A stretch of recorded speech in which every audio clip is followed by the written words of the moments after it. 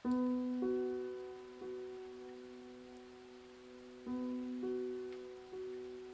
bismillah. Assalamualaikum warahmatullahi wabarakatuh. Bismillahirrahmanirrahim. Alhamdulillahirabbil alamin. Wa bihi nasta'inu ala umurid dunya waddin. Allahumma shalli wa sallim wa barik ala habibina wa syafi'ina sayyidina wa maulana Muhammadin wa ala alihi wa ashabihi ajma'in. Amma ba'du. Bismillah, mari kita lanjutkan ngaji kita filsafat. Malam hari ini kita masuk ke Husain bin Mansur Al-Hallaj. Sebenarnya saya agak maju mundur mau ngangkat beliau ini. Yang tak pertimbangkan kalian audiennya. Apa yo wis ngangkat kalau tak ajari Al-Hallaj. Potonganmu wajah kayak gitu apa yo. Pantes ndak ya tak kasih Al-Hallaj. Mikirnya agak dalam sedikit. Alhamdulillah. Sebenarnya saya pengennya dikit aja, karena yang ngerti filsafat nggak boleh banyak-banyak. Ngerti apalagi filsafat tasawuf yang falsafi. Dulu di antara kesalahannya Al-Hallaj menurut para sufi itu membabar yang seharusnya rahasia kepada umum. Itu jangan-jangan nanti ini kena penyakit yang sama. Nanti kalian kemana-mana nanti pakai dalil Al-Hallaj. Itu yang kemarin bikin para penguasa Yunani mengeksekusi Sokrates dan dinasti Abbasiyah mengeksekusi Al-Hallaj. Makanya pokoknya kita jadikan bahan referensi aja ya. Karena hari ini banyak di antara kita yang mikirnya sering tidak panjang. Kemarin saya dapat cerita dari teman-teman di Bandung itu, mahasiswa bikin kajian Karl Marx yang oleh FPI disuruh dibubarkan. Wong kampus bikin kajian Karl Marx kok disuruh dibubarkan. Mereka tidak tahu, bahkan di sini di masjid aja komunisme diajarkan. Iya. Jadi susah membedakan orientasi. Ilmu itu ya semuanya. Belajar Syiah bukan berarti terus kamu jadi Syiah kan? Di sini jangankan komunisme, ateisme kan kita sudah lama belajar itu. Malah yang mau bunuh Tuhan aja juga kita bahas. Jadi ya mungkin untuk jamaah kita lah, paling tidak mikirnya agak cerdas sedikit lah. Meskipun gak banyak-banyak juga tidak apa-apa wong. Untuk menalar kayak gitu kan gak butuh nalar yang panjang. Oke. Dan jangan jadi muslim yang cengeng. Dan jangan mau dianggap kalian muslim cengeng itu kena godaan dikit, kena anu dikit terus sesat. Kan kalian dieman-eman sama yang FPI dan kawan-kawan itu khawatirnya kalau diajari Marx terus jadi Marx, kalau diajari komunis terus jadi komunis kan itu. Kalau memang kondisimu hari ini itu, betapa lemahnya imanmu kan gitu. Betapa cengengnya dirimu, hanya dikasih tahu gitu aja kok langsung sesat. Seandainya memang kayak gitu kondisinya. Oke, jadi muslim yang tidak cengeng ya wis dikasih apa aja ya dicerna, tidak langsung ditelan sesuai kondisimu masing-masing. Nah itu yang hari ini banyak hilang di kalangan kita. Oke, ulama-ulama dulu juga apa aja ditelan, apa aja dicerna, meskipun tidak semuanya diikuti. Ghazali dan kawan-kawan itu ya apa yang gak dia bahas. Sebelum dia mengkritik sesuatu, dibahas dulu sampai tuntas. Hari ini misalnya, kalau memang kalian merasa Syiah itu tidak seret, bukan terus ditinggal. Kajilah sedalam-dalamnya sampai kamu ngerti benar, dan kamu terus bisa menjelaskan di mana nggak seretmu, kan itu. Sekarang bikin kajian aja kamu sudah digeruduk. Akhirnya kamu nggak sempat paham dengan yang tidak kamu sukai. Itu kondisi hari ini. Dan situasi kayak gitu sebenarnya nggak beda jauh dengan era-era Al-Hallaj, era-era Sokrates.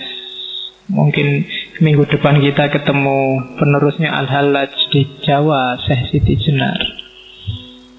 Dan minggu terakhir mungkin saya agak ganti rencana. Kemarin ada yang minta saya ngomong yang bau-bau filsafat ilmu, maka Faruqi akan saya pending mungkin besok-besok setelah Idul Fitri di filsafat ilmu. Jadi sesi terakhir para martir nanti akan tak isi dengan martir juga. Kalau Al-Hallaj dari dunia Islam, biar adil kita ambil dari dunia Kristen Romawi. Ada seorang filosof, mungkin filosof pertama perempuan, filosof neoplatonik, ahli matematika, namanya Hipatia. Bagi kalian yang sudah nonton filmnya, ada filmnya dulu tahun 2014. Carilah, downloadlah, judulnya Agora. Oke, kita tengok ada apa di filosof perempuan ini yang tewas mengenaskan karena dikeroyok orang sak kota gara-gara fatwanya uskup saat itu. Oke, dan akan kita kaji di sesi terakhir para martir. Jadi ben adil ya. Ada Yunaninya, ada Islamnya, dan ada Kristennya. Untuk kasusnya para martir. Jangan-jangan yang paling terkenal bukan Hipatia. Kasus martir itu mungkin kalian kenal. Kalau di Kristen ada Thomas More. Thomas More itu yang nulis Utopia, yang itu nanti menginspirasi lahirnya negara ideal termasuk khilafah. Tapi pikiran-pikirannya masih sangat Kristen, jadi mungkin agak terlalu teologis. Ada juga mungkin Galileo yang juga mengalami siksaan gara-gara ilmunya. Cuma kalau tak ajari teorinya Galileo apa maneh? Ya, geografi, matematika kamu tambah pening. Jadi ya wis lah, tak ambil sang neoplatonik ahli matematika Hipatia. Cuma 2 minggu yang akan datang. Minggu depan kita masih ngomong penerusnya Al-Hallaj. Kita lihat gimana responnya orang Jawa terhadap ajaran versi Al-Hallaj ini. Bismillah. Kita mulai. Al-Hallaj itu ceritanya yang mengerikan. Pikiran-pikirannya masih belum terlalu radikal. Menurut saya jauh lebih radikal Ibnu Arabi dengan Wahdatul Wujudnya. Hanya saja memang intrik dan kontroversinya jauh lebih luar biasa Al-Hallaj. Mungkin karena kisahnya yang tragis. Jadi Al-Hallaj ini Iran. Jadi kelahirannya di Tus. Kemudian Tus ini kabupatennya namanya Baidok, provinsinya namanya Fars. Makanya Al-Hallaj itu juga punya namanya juga gelarnya Baidowi, karena dia berasal dari daerah namanya Baidok. Provinsinya Fars. Nama aslinya Husain, nama bapaknya Mansur. Makanya putrane Pak Mansur yang namanya Husain. Ya, mulai ya kan, sederhananya kan itu. Terus Pak Mansur ini kerjaannya memintal benang. Jadi bikin kapas yang dijadiin benang. Dan itu kalau bahasa Arabnya namanya Hallaj. Jadi Al-Hallaj itu artinya sang pemintal benang. Dan Al-Hallaj juga punya kisah khusus dengan itu. Al-Hallaj juga dikenal tidak cuma Hallaj. Kalau ada yang menggelari dia Hallajul Asror. Hallajul Asror itu pemintal rahasia. Karena Al-Hallaj itu dikenal ya kayak para wali yang lain. Jadi dia bisa membaca rahasianya orang tanpa orang itu ngomong. Jadi cuma lihat kalian ini sudah bisa nebak satu-satu yang ada di pikiranmu apa, yang ada di batinmu apa. Kalau kalian bisa itu enak ya. Kalau ada orang tinggal dilihat gini, wah kamu tidak suka ya padaku. Lihat ke sana, wah kamu sedang melecehkan aku ya. Wah kamu, itu bisa baca kalau Al-Hallaj. Makanya dia digelari Hallajul Asror. Hafal Al-Quran umur 12 tahun. Kemudian sama ayahnya dititipkan pada seorang sufi namanya Sahal Al-Tustari dari daerah Tustar. Nanti dari Sahal Al-Tustari ini beliau mendapatkan wawasan tentang yang namanya Nur Muhammad. Setelah itu pindah ke Basrah, berguru pada sufi yang namanya Syekh Amir Al-Makki. Syekh Amir Al-Makki ini yang nulis kitab judulnya Qutul Qulub. Cuma nanti beberapa tahun di Basrah bersama Syekh Al-Makki agak konflik sama gurunya gara-gara sebenarnya Syekh Al-Makki ini sangat suka sama Al-Hallaj ini, maunya diambil menantu, tapi Al-Hallaj malah menikahi perempuan yang lain. Jadi agak gesrek.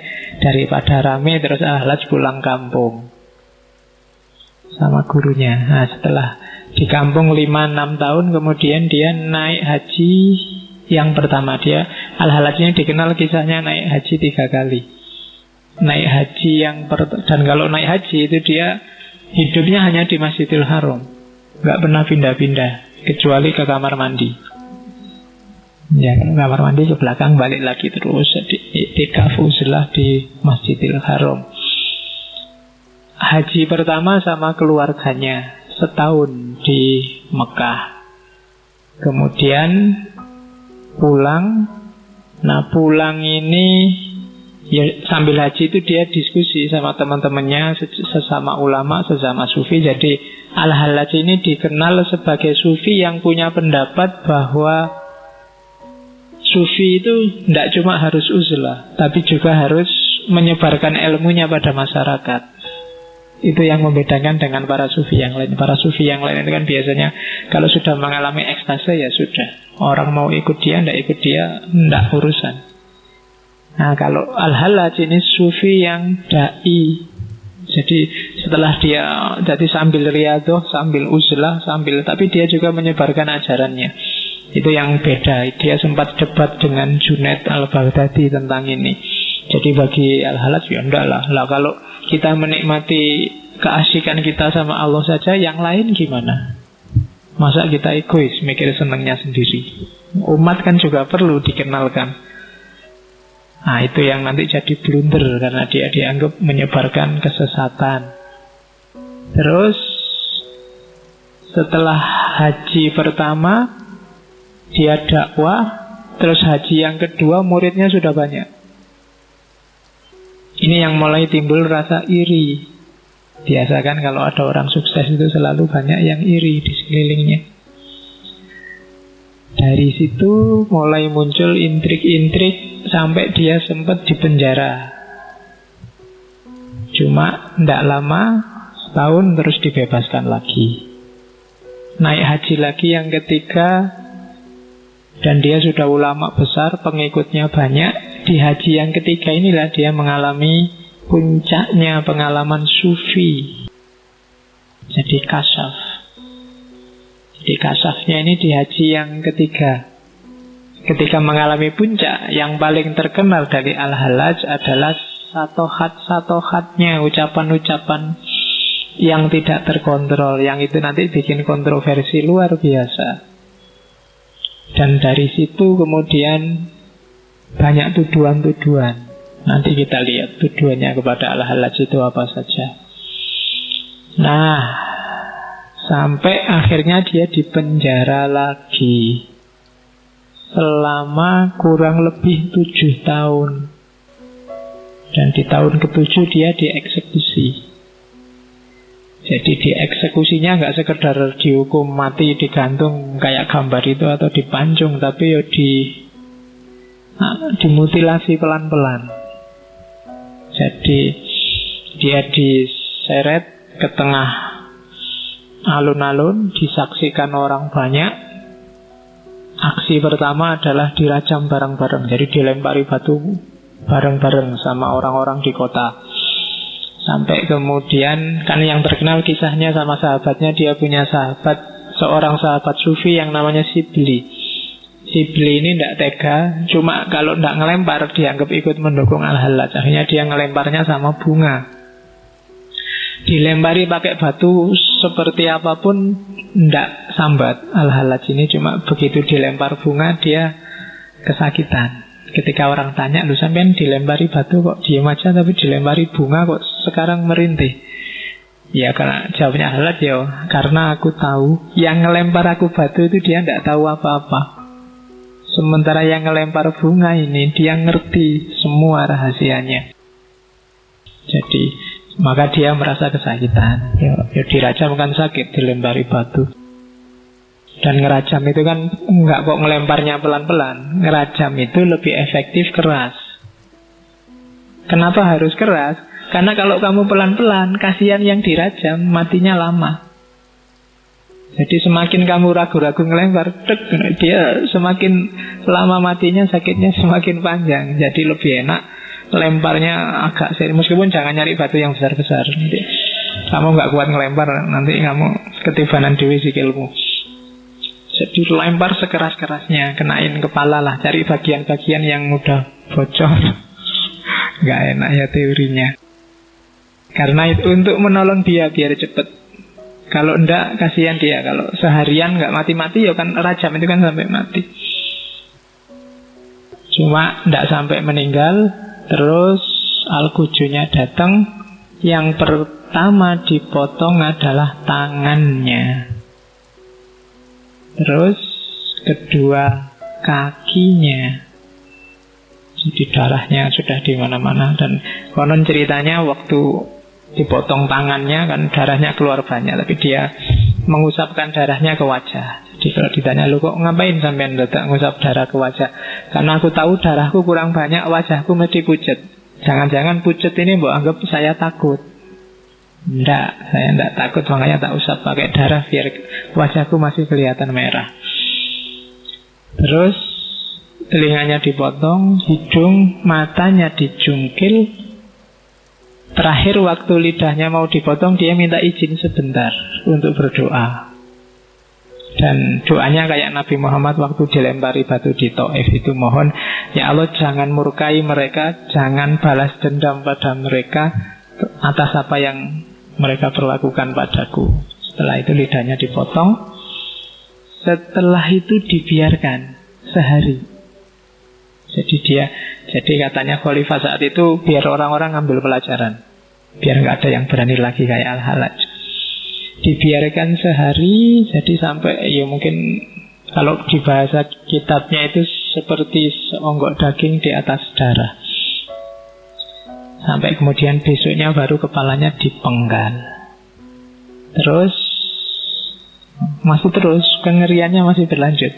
Hari ini pokoknya ceritanya agak Terus setelah kepalanya dipenggal, jasadnya dibakar.